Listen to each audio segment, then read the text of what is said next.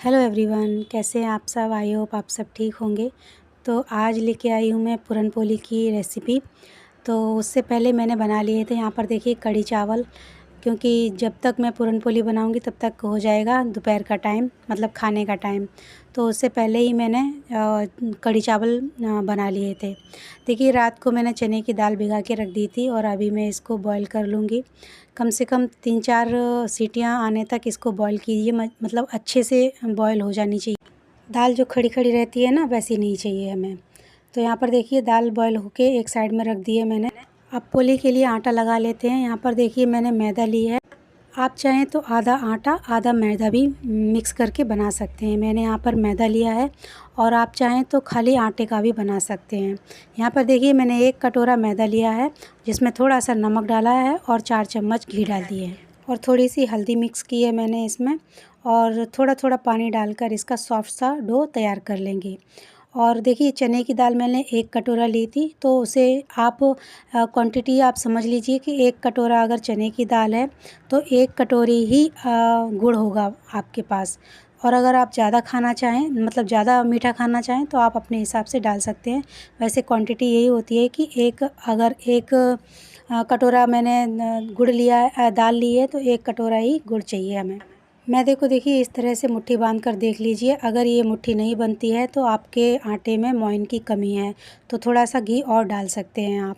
यहाँ पर देखिए मैंने घी डाला है, आप तेल भी डाल सकते हैं। तो इन सब चीज़ों को अच्छे से मैं मिक्स करके गूँध लूँगी आटे को।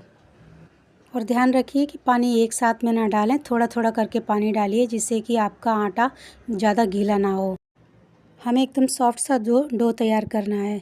और देखिए यहाँ पर जिस तरह से मैं दिखा रही हूँ आपको, बहुत ही लचीला आटा है, लेकिन ज़्यादा गीला भी नहीं है। तो चलिए एक साइड में मैंने रख दी है कढ़ाई गर्म होने के लिए। उसमें ये जो दाल थी ना बॉयल, उसको डाल देंगे। थोड़ी देर बाद में चलाने के बाद मैंने इसमें डाल दिया था गुड़। गुड़ को क्रश करके डालिए तो वो घुलने में उसको बहुत ही आसानी होगी। तो इन सबको अच्छे से मिक्स करके मैं इनको चला लूँगी इस दाल को। और देखिए यहाँ पर दाल आपको खड़ी दिख रही होगी, लेकिन ये खड़ी नहीं रहेगी दाल, आसानी से घुल जाएगी। और थोड़े छींटे उड़ते हैं, उसका ध्यान रखिए आप। जब मिक्सर इस स्टेज पर पहुंच जाए, उसके बाद हम डाल देंगे थोड़ा सा जायफल घिस के और इलायची पाउडर। अगर आप जायफल खाना पसंद करते हैं तो डालिए, वरना स्किप भी कर सकते हैं। और इन सबको मिक्स करके अच्छे से इन्हें ठंडा होने के लिए एक प्लेट में निकाल लूँगी। इलायची पाउडर आप जब भी डालें जब ये गैस बंद हो और थोड़ा सा मिक्सचर ठंडा हो जाए, उसके बाद ही आप इसमें इलायची पाउडर डालें, या फिर आप जब प्लेट पे निकालते हैं इसे, तभी आप इलायची पाउडर डाल सकते हैं। और अब इस पूरन को देखिए छन्नी में रख लिया है मैंने, और चम्मच की सहायता से इसको घिस घिस के छान लूँगी पूरन को। क्योंकि महाराष्ट्र में एक मशीन आती है इसको छानने के लिए, वो एक ख़ास तरह की मशीन होती है। मेरे पास वो मशीन है नहीं, इसलिए मैं इस छन्नी की सहायता से इस पूरन को छान रही हूँ। आपको लग रहा होगा थोड़ा सा डिफ़िकल्ट देखने में लगता है, लेकिन बड़े ही आराम से ये निकल जाता है। बहुत ही सॉफ्ट सा डो, मतलब ये इसका पूरन का तैयार हो जाता है, और इसे भरने में बिल्कुल भी दिक्कत नहीं होती। और देखिए हमारा सारा पूरन तैयार है, छन्नी से निकल के आराम से निकल जाता है ये। और बहुत ही लगता है इतना डिफ़िकल्ट, लेकिन होता नहीं है। और देखिए मैं सारे पूरन के इस तरह से लड्डू बना लूँगी, जिससे कि हमें बाद में हमारे हाथ भी गंदे ना हों और ज़्यादा टाइम भी ना लगे जब पोली में भरेंगे इस पूरन को। तो चलिए अब चलते हैं अपने डो की तरफ, उसे भी देख लिया जाए कि किस तरह से हुआ है। तो डो तो हमारा बिल्कुल रेडी है अब, और रेस्ट कर लिया है, आराम कर लिया है इसने। तो अब चलिए इसकी पोली बनाते हैं। थोड़ा सा मसल के देख लीजिए कि हाथों में अगर चिपकता है तो थोड़ा सा आप घी या बटर या तेल या कुछ भी लगा सकते हैं इसमें। तो चलिए यहाँ पर देखिए मैंने लोइयाँ बना ली, और जो पूरन के लड्डू बनाकर तैयार रखे थे मैंने पहले से ही, उनको लेंगे और इनको सॉफ्ट हैंड से एकदम से आराम से इन्हें भर लेंगे। किधर से भी फटने नहीं चाहिए हमारी ये पोली। बिल्कुल आराम से, जिस तरह से हम कचौड़ी भरते हैं ना, उसी तरह से हमें ये पूरन को भी पोली के अंदर अच्छे से मिक्स दबा के भरना है। और देखिए यहाँ पर सील करना बहुत ज़रूरी है। अगर आपने इस तरह से आटे को मोड़ के नहीं निकाला, मतलब थोड़ा सा आटा आपको मोड़ के ज़रूर निकालना है, जिससे कि ये पोली सील हो जाए। अगर ऐसा नहीं किया आपने तो ये फटने के चांस आपके 100% रहेंगे।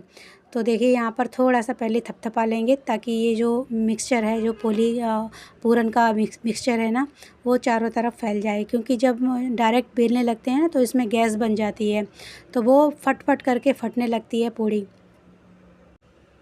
और देखिए हल्के हाथों से इसे बेलना है, ज़्यादा ताकत नहीं लगानी है, और जितना हो सके उतना आपको इसे पतला करना है। अगर मोटी रह गई तो खाने में मज़ा नहीं आएगा।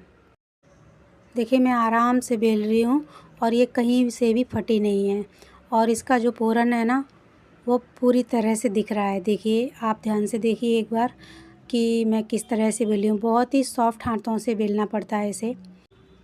देखिए मैं पास से भी दिखाती हूँ अभी आपको, बिल्कुल भी कहीं से भी फटी नहीं है, और इसका पूरन भी आर पार दिख रहा है, लेकिन ये बिल्कुल भी फटी नहीं है। तो चलिए इसे सेक लेते हैं। इसे सेकने के लिए मैंने घी का इस्तेमाल किया है। आप चाहें तो बटर या तेल का भी इस्तेमाल कर सकते हैं, लेकिन घी में सेकेंगे तो ज़्यादा बेटर होगा। इसका स्वाद भी डबल हो जाता है घी में सेकने से।